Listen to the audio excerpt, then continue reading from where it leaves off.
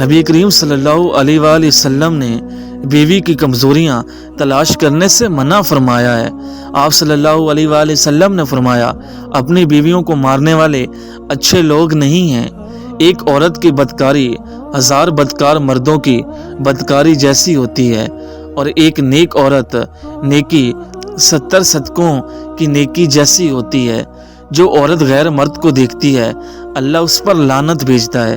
جب عورت اپنے خاوند کے سوا کسی غیر کے لیے زینت کرے تو وہ اس کے لیے آگ ہے۔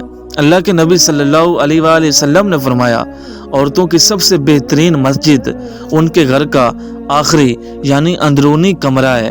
عورت شوہر پریشان کر رہا ہے اور بیوی اسے تسلی دے تو اسے جہاد کا ثواب ملتا ہے۔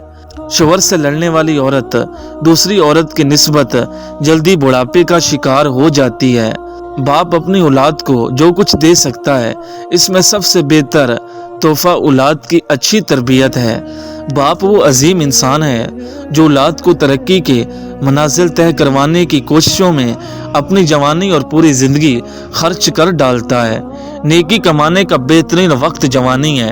افسوس کی بات ہے، ہم نیکی اس وقت کرتے ہیں جب برائی کے قابل نہیں رہتے۔ وہ جوان جس کی جوانی عبادت الہی میں گزری، اسے اللہ تعالیٰ روز محشر اپنے عرش کا سایہ عطا فرمائے گا۔ حضرت عمر فاروق نے اپنے بیٹے سے ارشاد فرمایا، کالے بالوں میں سفید بالوں کا آ جانا تجھے اللہ پاک کی نافرمانی سے منع کرتا ہے۔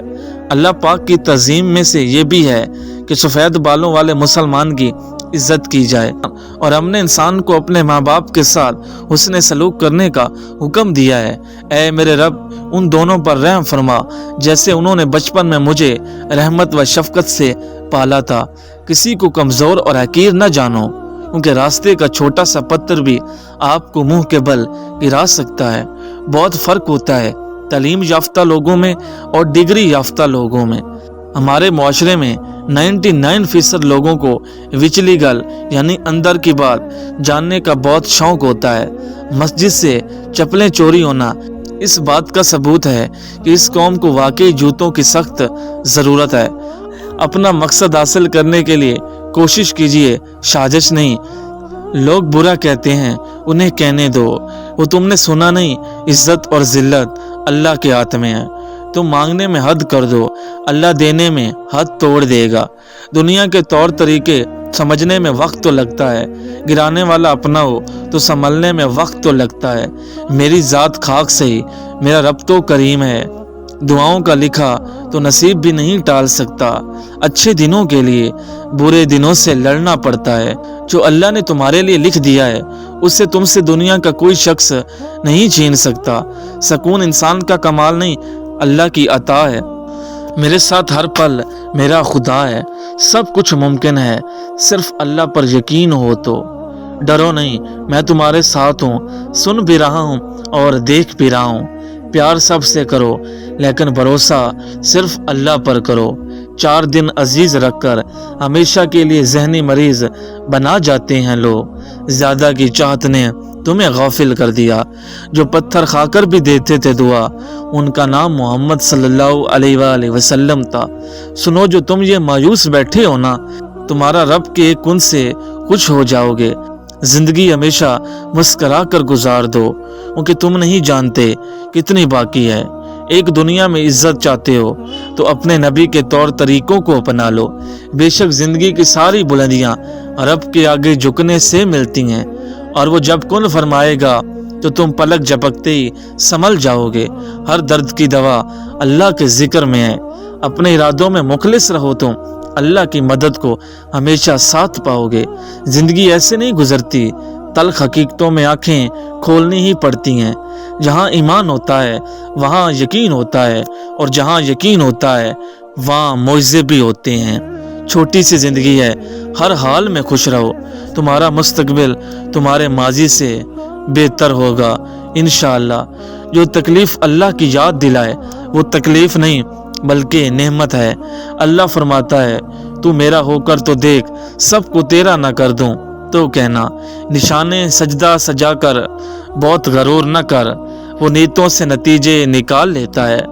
اللہ تمہیں انسان کی محبت سے گزار کر خود تک لاتا ہے۔ خدا کا بندہ وہ ہے جو بندوں کا خدا نہ بنے۔ بندگی میری یا رب کاش تجھے پا جائے، روزہ رکھ کر سجدہ کروں اور موت آ جائے۔ اے فطرت کامل تیرے کن کہنے پہ صدقے، تیرے کن کے منتظر ہیں اللہ، وہ بدلے گا تقدیر، وہ میرا بھی تو خدا ہے۔ جن کا ملنا دعا سے بھی ممکن نہیں ہوتا، وہ چیز بھی تہجد سے مل جاتی ہے۔ نہ قابل برداشت لمحوں میں دل کو صبر آ جانا اس بات کی دلیل ہے کہ اللہ تمہیں اس آزمائش کے ذریعے اپنے قریب کرنا چاہتا ہے۔ پلک جھپکنے سے پہلے اللہ حالات تبدیل کر دیتا ہے۔ وہ تمہیں تمہاری خواہشات تک اپنے راستے پر چلا کر خود ہی لائے گا۔ وہ کن کہتا ہے تو چیزیں ہو جاتی ہیں، گمان سے آگے بیان سے باہر۔ وہ جو خود کہہ رہا ہے وہ خود کہہ رہا ہے تم سے کہ میری مدد قریب ہے۔ اللہ سے بات کرنے کے لیے الفاظ کو ترتیب نہیں دینی پڑتی، اس کے ایک کن کہنے سے تقدیریں بدل جایا کرتی ہیں۔ اور جانتے ہو وہ کن کب فرماتا ہے؟ جب تم سب کچھ ناممکن لگنے کے بعد بھی اس پر یقین کرتے ہو۔ اور اللہ جسے چاہتا ہے بھٹکا دیتا ہے اور جسے چاہتا ہے سیدھے راستے پر لگا دیتا ہے۔ نہ ہوتا میں تو کیا ہوتا، ایک کتاب ہے ہزاروں احساسات، تم حالات کی بات کرتے ہو، میں نے درود پاک سے تقدیریں بدلتی دیکھی ہیں۔ کچھ آنسو راز ہوتے ہیں ہمارے اور اللہ کے درمیان۔ اللہ تمہاری زبان کو مانگنے کی ہمت تب دیتا ہے جب وہ تمہاری دعاؤں پر راضی ہونا چاہتا ہے۔ ہم ہر روز کئی چیزیں دفن کرتے ہیں دل میں جن کا کسی کو نہیں بتاتے۔ غلطی پر پردہ تو صرف اللہ کی ذات ڈال سکتی ہے، انسان تو صرف عیب اچھالنا جانتا ہے۔ روح تکلیف میں ہو تو دل بھی مشکل میں لگتا ہے۔ ہم مرنے والے کے لیے تھوڑے ہی روتے ہیں، بچے مرنے والے کے لیے کوئی بھی نہیں روتا۔ ہم سب تو اپنے نقصان پر روتے ہیں کہ وہ ہمیں اکیلا چھوڑ کر چلا گیا۔ اپنی سوچوں سے بڑی کوئی اذیت نہیں، اللہ کے سوا کوئی معبود نہیں، یعنی کوئی خدا نہیں، کوئی عبادت کے لائق نہیں۔ دل زمین پر ٹوٹتے ہیں، عرش پہ آ جاتی ہے۔ سکون قلب تو اللہ نے صرف سجدے میں رکھا ہے۔ یاد رکھو اللہ کے ذکر سے ہی دلوں کو سکون حاصل ہوتا ہے۔ دعا گرتے ہوئے کو تھام لیتی ہے، دعا بکھرے ہوئے کو سنبھال لیتی ہے۔ دیکھنے میں تو سب خوش نظر آتے ہیں مگر دلوں کا حال تو صرف اللہ جانتا ہے۔ صبر آ جائے تو پھر کسی چیز کی طلب نہیں رہتی۔ آپ زبردستی کسی کو دو کاموں کے لیے مجبور نہیں کر سکتے، ایک محبت دوسرا عبادت، دونوں دل سے ہوتی ہیں اور دونوں کا رشتہ روح سے جڑا ہوتا ہے۔ زندگی الجھ سی گئی ہے 4 دنوں میں 2 دلوں میں، صرف آواز اور الفاظ نہیں، میری چپ بھی تجھے پکارتی ہے۔ اللہ کی پکڑ انسان کی اکڑ ایک جھٹکے میں نکال دیتی ہے۔